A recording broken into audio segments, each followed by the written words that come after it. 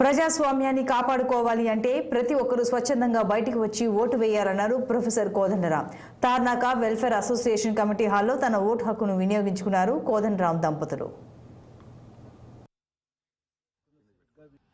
మన ఓటు హక్కును సరిగ్గా వినియోగించుకోగలిగితేనే పౌరులుగా మన బాధ్యతను నిర్వర్తించినట్టు అవుతుంది.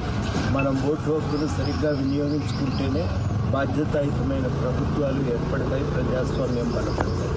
ఇవాళ పౌరులందరికీ చేసే విజ్ఞప్తి, మనకు ఉన్న ఓటు హక్కును సద్వినియోగం చేసుకున్నాం. ఈ ఓటు హక్కు ద్వారా ఒక మార్పుకు మనం పూనుకోవచ్చు, ప్రభుత్వాలు సరిగ్గా పనిచేసేటట్టు చూడవచ్చు.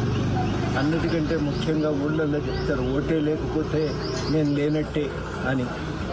ఆ అభిప్రాయం బలంగా ఉండటం చేత అందరూ కూడా తప్పకుండా వెళ్ళి ఓటేస్తారు. నేను బతికే ఉన్నా, నాకు ఓటు కూడా ఉంది కదా, నన్ను ఎందుకు గుర్తిస్తలేరు అని తమకు ఏదైనా ప్రభుత్వ విధానం అమలు కాకపోతే గట్టిగా నిలబడి అడుగుతారు. ఇవాళ హైదరాబాదులో ఉన్న మనం కూడా అందరం బయటికి వెళ్దాం, ఓటు వేద్దాం. కొంచెంసేపు ఇబ్బంది అవుతుంది, దాన్ని తట్టుకొని నిలబడదాం. మీ అందరికీ, పౌరులందరికీ కూడా తెలంగాణ జేఏసీ గతంలో జేఏసీ చైర్మన్గా పనిచేసిన నేను మీ అందరికీ కూడా పేరు పేరున పార్లమెంట్ ఎన్నికల్లో